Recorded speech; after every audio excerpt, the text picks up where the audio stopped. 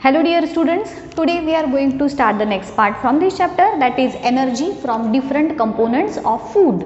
Students, आपण तीन main components बघितले फूडचे, that is proteins, carbohydrates and fats. जेव्हा जेव्हा ह्या तिघांचंही डायजेशन होतं, तीन वेगवेगळे बाय प्रोडक्ट्स आपल्याला फॉर्म झालेले बघायला मिळतात. त्यातला जेव्हा आपण कार्बोहायड्रेट डायजेस्ट करतो तेव्हा त्याच्यापासून ग्लुकोज मॉलिक्युल्स फॉर्म होतात, हे आपण बघितलं. त्यानंतर प्रोटीनचं डायजेशन झाल्यानंतर अमायनो ॲसिड्स किंवा अमिनो ॲसिड, त्याला दोन्ही उच्चार तुम्ही करू शकता, आणि उरतो तो कार्बोहायड्रेट्स फॅट्स किंवा ज्याला लिपिड असं म्हटलं जातं. ॲक्च्युली लिपिडचा एक किंवा फॅट्स जे आहेत तो एक लिपिडचा एक प्रकार आहे, बट जनरली आपण लिपिड्स आणि फॅट्स हे एकच टर्म यूज करतो. सो त्यांच्यापासून फॅटी ॲसिड्स आणि अल्कोहोल असे तीन प्रकारचे बाय प्रोडक्ट्स आपल्याला बघायला मिळतात. आता एक लक्षात घ्या, जे फूड आपण डायरेक्टली किंवा जे कन्झ्युम करतो त्याचं डायरेक्ट युटिलायझेशन आपल्या बॉडीकडून आपल्याला करता येत नाही. त्यांचं आधी सिम्पल फॉर्ममध्ये कन्व्हर्जन करावं लागतं through the process of digestion, आणि मग त्याच्यानंतर आपली बॉडी त्या फूडचं युटिलायझेशन करते फॉर डिफरंट बॉडी प्रोसेसेस. त्यातले आता हे जे तीन मेन कंपोनंट्स आहेत त्यापैकी कार्बोहायड्रेट्स आणि प्रोटीन्स हे दोन कंपोनंट्स आजच्या लेक्चरमध्ये आपण बघणार आहेत, आणि त्याच्यानंतरच्या लेक्चरमध्ये जो उरलेले दोन कंपोनंट्स आहेत दॅट इज फॅट्स किंवा जे फॅटी ॲसिड्स आहेत ते, आणि विटॅमिन्स मिनरल्स यासारखे कंपोनंट्स. ओके, सो पहिला जो फूड कंपोनंट आहे तो आहे कार्बोहायड्रेट. हा कार्बोहायड्रेट जे आहे त्याचं डायजेशन कसं होतं, त्याच्यापासून एनर्जी कशी मिळते थ्रू द प्रोसेस ऑफ ग्लायकॉलिसिस, हे आपण ह्याच्या आधीच्या काही लेक्चर्समध्ये बघितलेलं होतं. त्याचं एरोबिक रेस्पिरेशन, अनएरोबिक रेस्पिरेशन, ह्या दोन प्रकारचे रेस्पिरेशनच्या process through different amount of energy जी आहे ती आपल्याला प्रोड्यूस झालेली मिळते फ्रॉम कार्बोहायड्रेट्स. हे जे कार्बोहायड्रेट्स आहेत त्यांचं कन्व्हर्जन जे आहे ते ग्लुकोज मोलिक्यूलमध्ये होतं, आणि हे जे ग्लुकोज आहे त्याच्यापासून एनर्जी जी आहे आपल्या बॉडीला ती मिळते फॉर व्हेरियस बॉडी ॲक्टिव्हिटीज. कार्बोहायड्रेट्सचं कन्व्हर्जन ग्लुकोजमध्ये झालं आणि ग्लुकोजचं ब्रेकडाऊन होतं through the process of glycolysis, आणि मग त्याच्यापासून एनर्जी मिळते. साधारणपणे 1 ग्रॅम कार्बोहायड्रेट्स जे आहेत त्याच्यापासून 4 किलो कॅलरी एवढी एनर्जी आपल्याला मिळत असते. 1 मार्कच्या क्वेश्चनसाठी तुम्हाला हे जे नंबर आहे तो लक्षात ठेवायचा आहे की 1 ग्रॅम कार्बोहायड्रेटपासून 4 किलो कॅलरी एवढी हीट किंवा एनर्जी जी आहे ती आपल्याला मिळते. आता हे जे एक्सेस झालेले कार्बोहायड्रेट्स जे आहेत त्यांचं स्टोरेज, आता ही झाली कार्बोहायड्रेट्सपासून मिळणारी एनर्जी. आता हे कार्बोहायड्रेट्स जर स्टोअर करायचे असतील तर आपल्या बॉडीमध्ये एक्सेस म्हणजे आपल्या बॉडी ॲक्टिव्हिटीजसाठी त्यांची रिक्वायरमेंट फुलफिल झाल्यानंतर उरलेलं एक्स्ट्रा जे ग्लुकोज आहे किंवा कार्बोहायड्रेट्स जे आहेत ते आपल्या लिव्हरमध्ये आणि मसल सेल्समध्ये स्टोअर होतं in the form of glycogen. एक्स्ट्राचं जे ग्लुकोज जे आहे ते लिव्हर आणि मसल सेल्समध्ये स्टोअर होतं ॲनिमल्समध्ये. प्लांट्सच्या बाबतीत एक्स्ट्राचं जे कार्बोहायड्रेट्स आहेत ते स्टार्चच्या रूपामध्ये स्टोअर होतं in parts like seeds, root, stem etcetera, ज्याचा यूज आपण सुद्धा करतो, जे सीड्स ज्याचा ग्रोथसाठी यूज होतो, किंवा काही एडिबल त्याचे स्टेम्स असतात किंवा काही एडिबल रूट्स असतात प्लांट्सचे, त्याच्यामध्ये हे एक्स्ट्रा झालेलं कार्बोहायड्रेट्स हे प्लांटमध्ये स्टोअर झालेलं असतं. सो हे झालं कार्बोहायड्रेटच्या बाबतीत एकदम बेसिक इन्फॉर्मेशन, ह्याची आपण आधी एरोबिक अनएरोबिक रेस्पिरेशनमध्ये बघितलेली होती. सो हा पार्ट इतपत सांगितला तरी सफिशियंट आहे. आता जो मेन सेकंड कंपोनंट आहे तो आहे प्रोटीनचा. स्टुडंट्स, प्रोटीन देखील डिरेक्टली आपल्या बॉडीमध्ये युटिलाइज होत नाही. आपल्या बॉडीला जे प्रोटीन मिळतं it is obtain from 2 different sources. कार्बोहायड्रेटचे सोर्सेस जर विचार केले तर आपले जे सिरियल्स आहेत, जे गहू, जे धान्य आपण म्हणतो ना, गहू, ज्वारी, बाजरी, मका वगैरे यासारख्या धान्यांमधून, सिरियल्समधून आपल्याला कार्बोहायड्रेट्स ज्या पद्धतीनं मिळतात, तसंच प्रोटीनचा सोर्स जो आहे ते प्रोटीन आपल्याला 2 डिफरंट सोर्समधून मिळतं.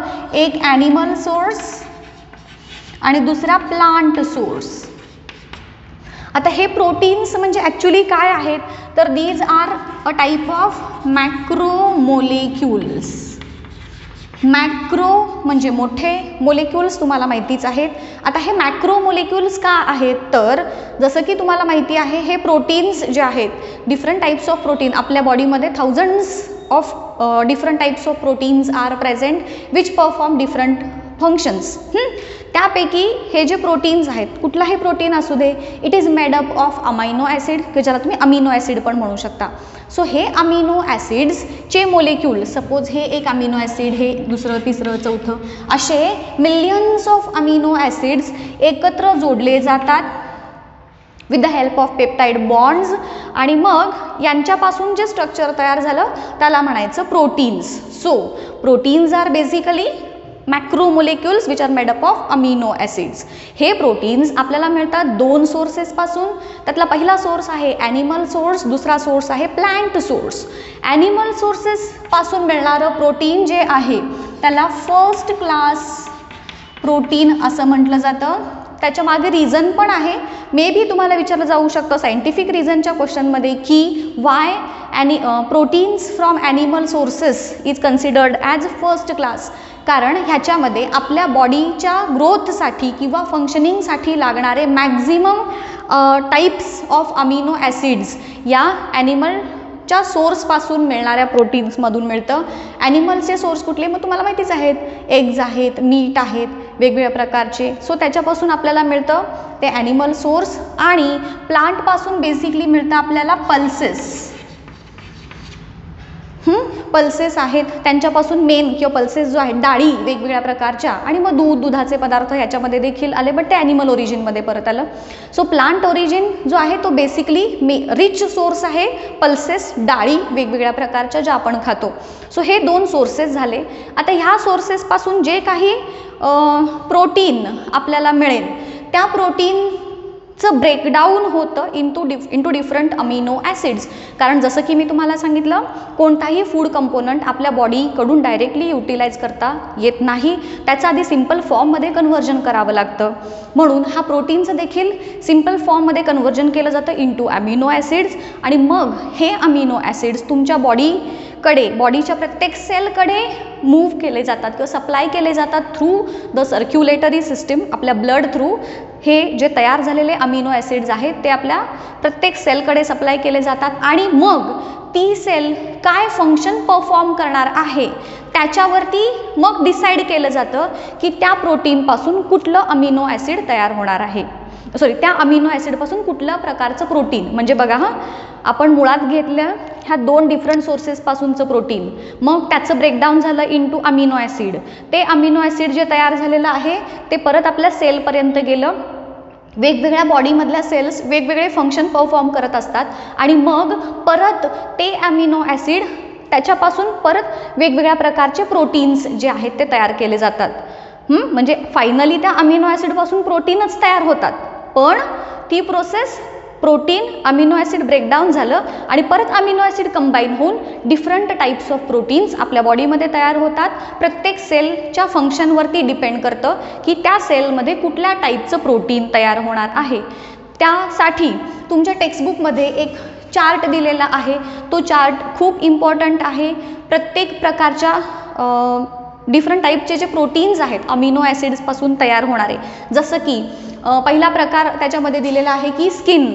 सपोज हे तयार झालेले जे डायजेशनच्या प्रोसेसमधून म्हणजेच प्रोटीनच्या ब्रेकडाऊनपासून तयार झालेले अमिनो ॲसिड्स जर आपल्या स्किनच्या सेलपर्यंत गेल्या तर त्या अमिनो ॲसिडपासून दोन टाईपचे प्रोटीन्स मिळतात. एक म्हणजे मेलॅनिन आणि दुसरं म्हणजे केरॅटिन. मेलॅनिन हे एक प्रकारचं पिगमेंट आहे आणि जे आपल्या स्किनचा कलर डिसाईड करतं. आपला जो स्किनचा कलर असतो, this skin colour is due to the pigment called as melanin which is present in the skin. So जेव्हा हे अमिनो ॲसिड्स आपल्या स्किनमध्ये जातील तेव्हा त्यांच्यापासून दोन प्रकारचे प्रोटीन्स सांगितले तुम्हाला, एक म्हणजे मेलॅनिन आणि दुसरं केरॅटिन. आता केरेटिन किंवा केरॅटिन ज्याला म्हणतो आपण, तर ते त्याच्यापासून आपले केस आणि नख, हेअर आणि हेअर आणि नेल्स ज्याच्या थ्रू तयार होतं ते केरॅटिन. आणि मेलॅनिन म्हणजे स्किनचा कलर देणारं पिगमेंट. सो स्किनमध्ये जेव्हा हे अमिनो ॲसिड जातील तेव्हा त्यांच्यापासून हे 2 प्रोटीन्स तयार होतील. सिमिलरली दुसरं जे आहे ते बोन्स. जर हे अमिनो ॲसिड बोनच्या सेलकडे गेले तर त्याच्यापासून ऑसिन नावाचं प्रोटीन फॉर्म होतं की ज्याच्यापासून आपले बोन्स बनलेले असतात. बोन्सला स्ट्रेंथ देणारं जे काही प्रोटीन आहे त्याचं नाव आहे ऑसिन. सो जेव्हा हे बोनमध्ये जातील तेव्हा त्याच्यापासून तयार झालं ऑसिन नावाचं प्रोटीन. त्यानंतर जेव्हा हे अमिनो ॲसिड्स आपल्या बॉडीच्या सेल्सपर्यंत जातील, कुठलीही नॉर्मल जनरल बॉडी सेल, तर तुम्हाला हे माहिती आहे की आपल्या बॉडीच्या सेल्सच्या वरती असणारं प्रोटेक्टिव्ह मेम्ब्रेन ज्याला आपण सेल मेम्ब्रेन किंवा प्लाझ्मा मेम्ब्रेन म्हणतो. जर तुम्हाला आठवत असेल तर हे प्लाझ्मा मेम्ब्रेन फॉस्फोलिपिड्सचं बनलेलं आहे आणि आपण 8th स्टँडर्डमध्ये 9th स्टँडर्डमध्ये जे ह्याचं स्ट्रक्चर शिकलो आहे त्याच्यामध्ये तुम्ही बघितलं आहे की ह्या फॉस्फोलिपिडसोबत प्रोटीन मोलिक्युल्स प्रेझेंट असतात. सो हे प्रोटीन मोलिक्युल्स जे प्रेझेंट आहेत in the plasma membrane of cell, तर ते म्हणजे जेव्हा हे अमिनो ॲसिड कुठल्याही सेलकडे जातील तर त्या सेलचं प्रोटेक्शन करणारं प्लाझ्मा मेम्ब्रेन फॉर्म होतं with the help of the amino acids. त्या प्लाझ्मा मेम्ब्रेनमध्ये जे प्रोटीन्स आहेत ते प्रोटीन्स फॉर्म होतात जेव्हा हे अमिनो ॲसिड सेल्सकडे जातील. सो इथे मी काय लिहिणार, प्लाझ्मा मेम्ब्रेन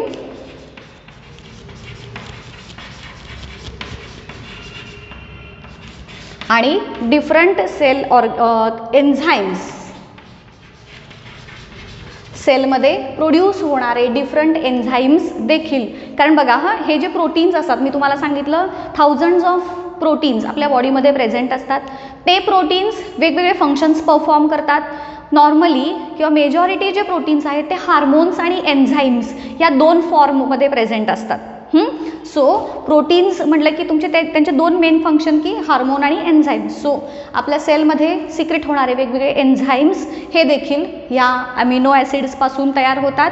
त्यानंतर हे अमिनो ॲसिड्स जेव्हा पॅनक्रियाकडे जातील, पॅनक्रिया हे काय आहेत तर आपल्या बॉडीमधल्या ग्लँड्स आहेत जे आपल्या स्टमकच्या खालच्या बाजूला एक पानासारखी ग्लँड असते जिचा रोल डायजेशनमध्ये देखील असतो.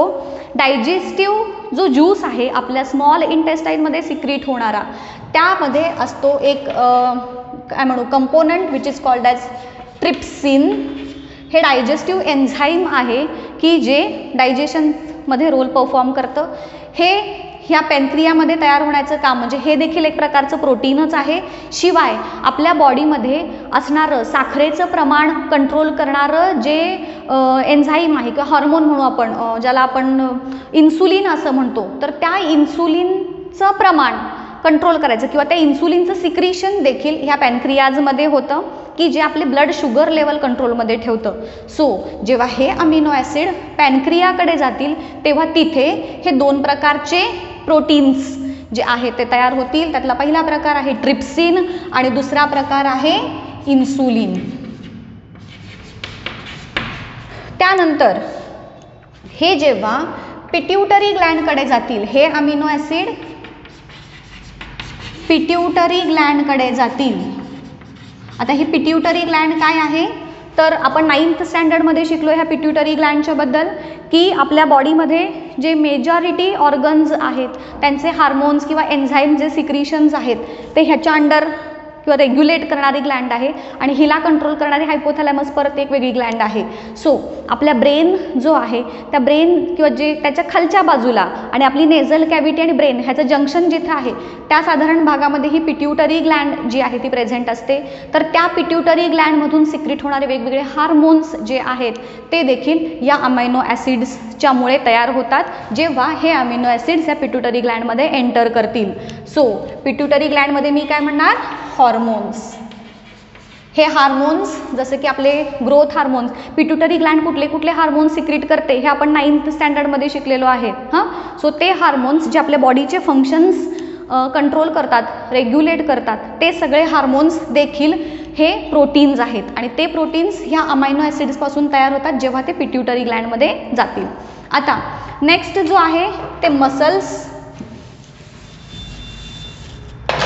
पुढचा कंपोनंट, जेव्हा हे अमिनो ॲसिड्स आपल्या मसल सेल्सकडे जातील, मसल सेल्स म्हणजेच ज्याच्यामुळे आपल्या ऑर्गन्सची मूव्हमेंट होते, यांच्यामध्ये देखील 2 प्रकारचे प्रोटीन्स असतात, ॲक्टिन आणि मायोसिन नावाचे. या ॲक्टिन आणि मायोसिन ह्या प्रोटीन्सच्या कॉन्ट्रॅक्शन आणि रिलॅक्सेशनमुळे आपले बॉडीच्या ज्या मूवमेंट्स आहेत त्या पॉसिबल होतात. सो जेव्हा हे अमिनो ॲसिड्स मसल सेल्सकडे जातात तेव्हा तिथे 2 प्रकारचे प्रोटीन्स तयार होतात, एक म्हणजे ॲक्टिन आणि दुसरा मायोसिन. ओके. त्याच्यानंतर जेव्हा हे अमिनो ॲसिड्स ब्लडकडे जातात, लास्ट कंपोनंट आहे ब्लड. जेव्हा हे अमिनो ॲसिड आपल्या ब्लडमध्ये मिक्स होतात तेव्हा त्याच्यापासून हिमोग्लोबिन आणि अँटीबॉडीज जे आहेत, हिमोग्लोबिन तर तुम्हाला माहितीच आहे जे ऑक्सिजन कॅरियर पिगमेंट आहे, सो ते हिमोग्लोबिन फॉर्म होतं फ्रॉम दिस अमिनो ॲसिड्स. आणि अँटीबॉडीज म्हणजे आपल्या बॉडीमध्ये जेव्हा काही फॉरिन पार्टिकल्स म्हणजे बाहेरचे पार्टिकल्स एंटर करतात तेव्हा त्यांना किल करण्यासाठी आपल्या बॉडीमधून अँटीबॉडीज तयार होतात. सो त्या अँटीबॉडीज तयार करण्याचं काम देखील या अमिनो ॲसिडचं होतं. अँटीबॉडीज आणि हिमोग्लोबिन हे 2 प्रकारचे पिगमेंट काय म्हणत आपण प्रोटीन्स आहेत, हिमोग्लोबिन आणि अँटीबॉडीज. सो हे झाले काही स्पेसिफिक ऑर्गन्स आणि त्यांच्यामध्ये तयार होणारे प्रोटीन्स. जेव्हा हे अमिनो ॲसिड्स या स्पेसिफिक ऑर्गन्समध्ये एंटर करतील तर त्यांच्यापासून हे स्पेसिफिक प्रोटीन्स जे आहेत ते तयार होतील. हे काही एक्झाम्पल्स आहेत, अजूनही खूप सारे प्रोटीन्सच्या व्हरायटीज आहेत, ह्याची नावं फक्त इथं तुम्हाला एक्झाममध्ये विचारली जातात. म्हणजे पॅनक्रियामध्ये तयार होणारं प्रोटीनची नावं काय, ब्लडमध्ये तयार होणाऱ्या प्रोटीनची नावं काय, ॲक्टिन आणि मायोसिन हे कुठं तयार होतात प्रोटीन्स, अशा प्रकारचे 1 मार्कचे क्वेश्चन. शिवाय तो जो गोल ह्याच्यामध्ये दिला आहे, मी ह्या वेगळ्या प्रकारे लिहिला आहे, सो तो चार्ट तुम्हाला फिल इन द ब्लँक सारख्या क्वेश्चनसाठी 3 मार्कासाठी वगैरे देखील विचारला जातो. सो ह्या पद्धतीने लक्षात ठेवा. हे तयार होणारी प्रोटीन्सची नावं आहेत आणि हे ते स्पेसिफिक असे ऑर्गन्स आहेत. आता हे झालं हे प्रोटीन, त्याचं ऑकरन्स, त्याचे सोर्सेस, त्याचं इंट्रोडक्शन झालं आणि त्या प्रोटीन्स कुठं कुठं गेलं की कसे कसे तयार होतात हे झालं. आता याच्यानंतरचा पार्ट आहे, हे जेव्हा प्रोटीन्स आपल्या ह्या सगळ्या बॉडी ॲक्टिव्हिटीजसाठी यूज करून झाले, आता ह्या प्रोटीन्सना एक्सेस झालेले अमिनो ॲसिड्स, प्रोटीन तर आपल्या अमिनो ॲसिडच्या फॉर्ममध्ये कन्वर्ट झालेत, बरोबर. सो हे सगळे फंक्शन्स परफॉर्म करून उरलेले जे प्रोटीन्स आहेत ते ॲक्च्युली आपल्या बॉडीमध्ये हे स्टोअर केले जात नाहीत. हे अमिनो ॲसिड जे आहेत स्टुडंट्स, त्या अमिनो ॲसिडचा फॉर्म्युला सपोज असा आहे, एक मध्ये कार्बन मोलिक्यूल असतो, इथे हायड्रोजन, इथे COOH दॅट इज ॲसिटिक ॲसिडचा ग्रुप, इथे R आणि इकडे असतो NH2, सो अमाइन ग्रुप. हा जो R आहे इथे वेगवेगळे फंक्शनल ग्रुप्स जोडले जातात आणि वेगवेगळ्या प्रकारचे अमिनो ॲसिड्स जे आहेत ते तयार होतात. आता मी काय सांगितलं तुम्हाला, जे एक्स्ट्रा झालेले किंवा एक्सेस झालेले अमिनो ॲसिड्स आपल्या बॉडीमध्ये जे तयार झालेत ते कधीच आपली बॉडी स्टोअर करून ठेवत नाही. मग काय होतं एक्सेस प्रोड्यूस झालेल्या अमिनो ॲसिडचं, तर त्याच्यामधला हा जो अमाइन ग्रुप आहे तो अमाइन ग्रुप निघून जातो, याच्यापासून अमोनिया फॉर्म होतो आणि तो अमोनिया जो तयार झाला आहे तो एक्सक्रिटरी सिस्टीम थ्रू म्हणजेच युरिनेशन थ्रू हा आपल्या बॉडीच्या बाहेर फेकला जातो. ओके. सो हे झालं एक्सेस अमिनो ॲसिड्स, ते अमोनियाच्या फॉर्ममध्ये आपल्या बॉडीच्या बाहेर टाकले जातात. इन केस काही स्पेसिफिक अशा कंडिशन्समध्ये हे जे अमिनो ॲसिड्स आहेत त्यांच्यापासून ग्लुकोजची फॉर्मेशन केली जाते by the process called as ग्लुकोनिओजेनेसिस. बघा मी उच्चार मुद्दामून असा फोडून केला, हे स्पेलिंग लक्षात ठेवा, ग्लुकोनिओजेनेसिस. म्हणजेच ती काय ग्लुकोनिओजेनेसिस कशाला म्हणायचं, तर amino acid excess amino acids जे आहेत त्यांच्यापासून ग्लुकोज फॉर्म होण्याची प्रोसेस त्याला म्हणायचं ग्लुकोनिओजेनेसिस. नॉर्मली अमिनो ॲसिड्स हे बॉडीच्या बाहेर फेकले जातात, त्या अमिनो ॲसिडमधला हा अमिनो ॲसिडचा फॉर्म्युला आहे, ह्याच्यामधला जो अमोनिया हा जो अमाइन ग्रुप आहे तो बाजूला होऊन त्याच्यापासून अमोनिया फॉर्म होतो आणि तो युरिनच्या थ्रू आपल्या बॉडीच्या बाहेर टाकला जातो. काही स्पेसिफिक कंडिशनमध्ये त्या अमायनो ॲसिडपासून ग्लुकोज फॉर्म होतं by the process called as ग्लुकोनिओजेनेसिस. आलं लक्षात सगळ्यांच्या? आता आपल्या जे प्लांट्स आहेत त्या प्लांट्समध्ये प्लांट्सच्या क्लोरोफिल जे पिगमेंट आहे किंवा क्लोरोप्लास्ट हे जे स्ट्रक्चर आहे त्याच्यामध्ये रुबिस्को नावाचं एक अमिनो ॲसिड जे आहे ते अबंडंट नॅचरली ऑकरिंग किंवा अबंडंट प्रोटीनचा जो फॉर्म आहे तो तुम्हाला 1 मार्कसाठी तो क्वेश्चन विचारला जातो. So this is all about energy from carbohydrates as well as protein. जशा पद्धतीने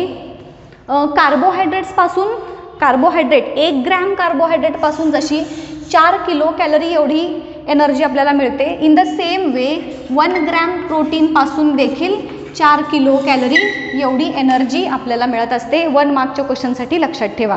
दोन्हीसाठी सेम अमाऊंट ऑफ एनर्जी जी आहे ती आपल्याला मिळते. सगळ्यात जास्त एनर्जी मिळते आपल्याला फॅट्सपासून. तो जो फॅट्स आणि उरलेले व्हिटॅमिन्स, मिनरल्स आणि वॉटर हा जो पार्ट आहे तो आपण नेक्स्ट लेक्चरमध्ये कंटिन्यू करणार आहोत. सो होपफुली तुम्हाला हे कार्बोहायड्रेट्स आणि प्रोटीन्स यांच्यापासून एनर्जी कशी मिळते, त्या प्रोटीनचा यूज आपण 2 पद्धतीनं केला. पहिल्यांदा त्याचं सोर्सेस सांगितले, त्याचं स्ट्रक्चर कसं आहे सांगितलं, एनर्जी कशी मिळते, त्याचं बॉडी फंक्शन कसं होतं आणि एक्सेस प्रोटीनचं स्टोरेज कशा पद्धतीनं केलं जातं. ह्या स्टेपमध्ये आपण हे सगळे पॉईंट्स जे आहेत ते बघितले. इथंच थांबूयात आजच्या लेक्चरमध्ये. आपण नेक्स्ट लेक्चरमध्ये ह्याच्या पुढचा पार्ट कंटिन्यू करूया.